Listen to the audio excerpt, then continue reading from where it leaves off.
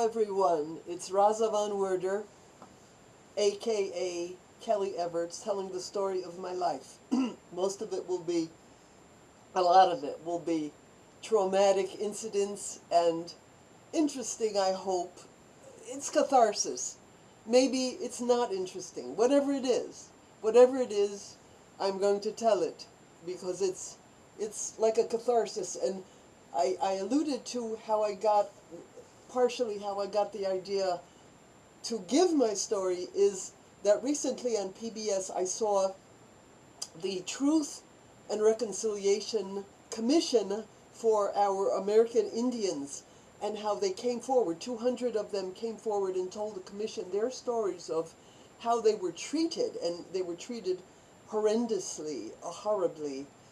And many of them cried. Many of them had held back and suppressed their emotions their entire life, and some of them were now senior citizens, and they were crying, and they were suffering by retelling and reliving what was done to them as children, how they were taken away from their mothers and given to white families, not given, they didn't even prove, none of these cases proved their mother was unfit. They just arbitrarily, according to middle class standards, stole the children from mothers and put them into white homes, and with the assumption that these white families would fix the Indians, and they were denied their cultural, and the final conclusion to what was done to them is called cultural genocide. Now, why would they tell their stories? Because it changes things. When you tell your story, when you explain what was done to you, people become aware of it. It's like the civil rights movement or the women's movement. People have to tell their stories. They share their stories. In sharing, enlightenment comes, illumination comes, light comes into darkness, and things are changed. Now, in the telling of my story, people will know me better.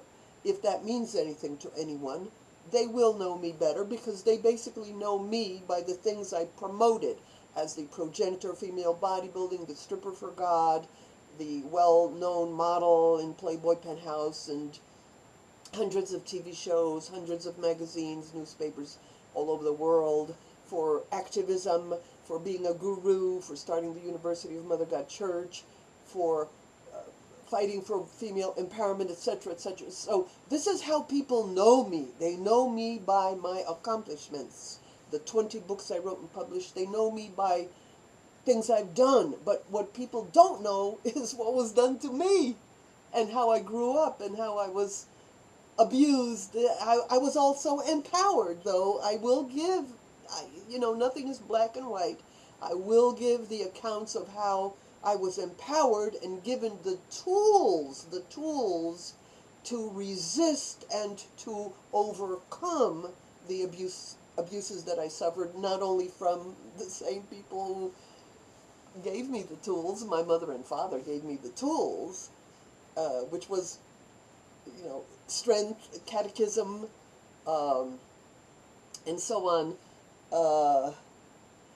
But let me get to the story. My brother, the Squealer-Liar. And I'm going to have 100 stories like this. Maybe more than 100, I don't know. Mostly about my brother and my mother. Those were the two worst abusers of my life. Okay.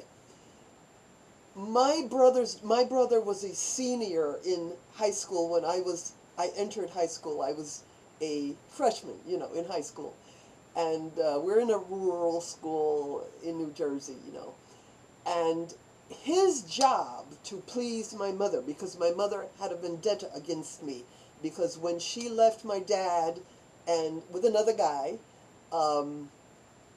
we were told to hate him. We were told to hate him, to treat him badly, to cuss at him when he would visit, and do all sorts of evil things, but I refused to obey, and I continued adoring my father. And so she put a vendetta against me, which I will explain. They actually made a pact. They made a pact, and I heard it. I heard them. They didn't know I heard them, that I was listening. And she made them, the other children in the household, made a pact with them to hurt me, to abuse me from then on in. And I was 10 years old, 10 when they made that pact. So the abuses that happened, I had no protection, and I also had no one to talk to. Now, let me get to this. His job, my brother's job, was to please Mom, because now Mom let off. She was a mean person, and she used to pick on everybody. She used to pick on all of us, and I would defend them when she picked on them, but they wouldn't defend me. Even before the pact, they wouldn't defend me, but I always defended them. So when she got me, she got them to work with her, to agree with her, and it was open season on me. She no longer picked on them. See, she stopped abusing them. She used to abuse us equally. She stopped on them and no longer abused them. So they got it good. They had it good. But his job was to squeal on me in school. Anything that happened, he knew it would please my mother.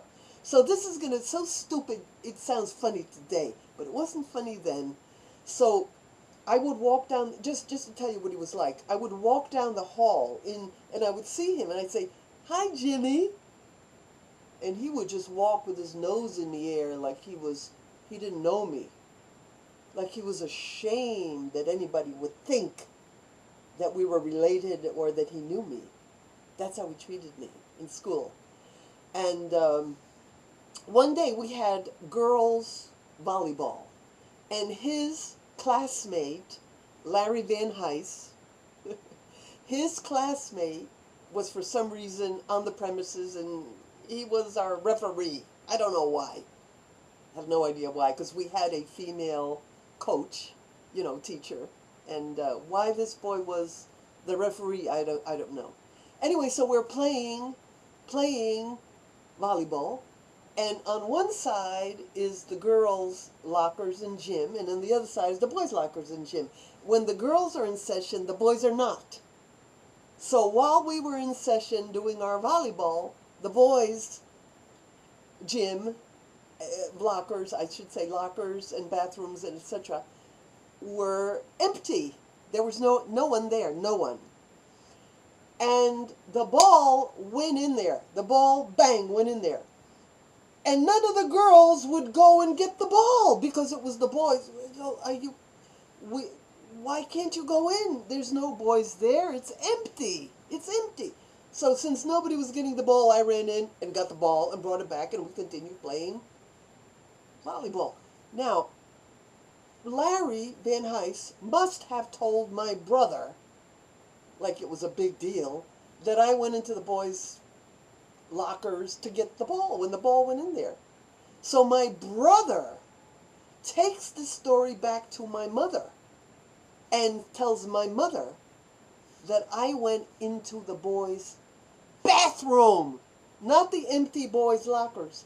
I went in the school into the boys' bathroom.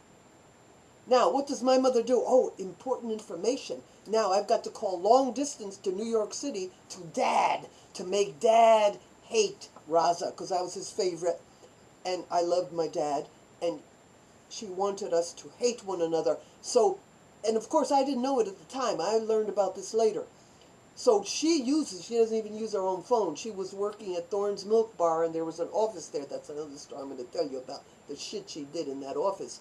So she went in that office, and she would call my dad for whatever reasons, and she told my dad that I did this, you see. So they would twist things around, the two of them, my brother and my mother, anything to make enmity or disempower me or hurt my reputation with Dad, because Dad really loved me. And I learned about this much later, that they said I went in the boys' bathroom. You see what I mean? This is the kind of crap that they did to me. Until next session, I got another juicy story coming up.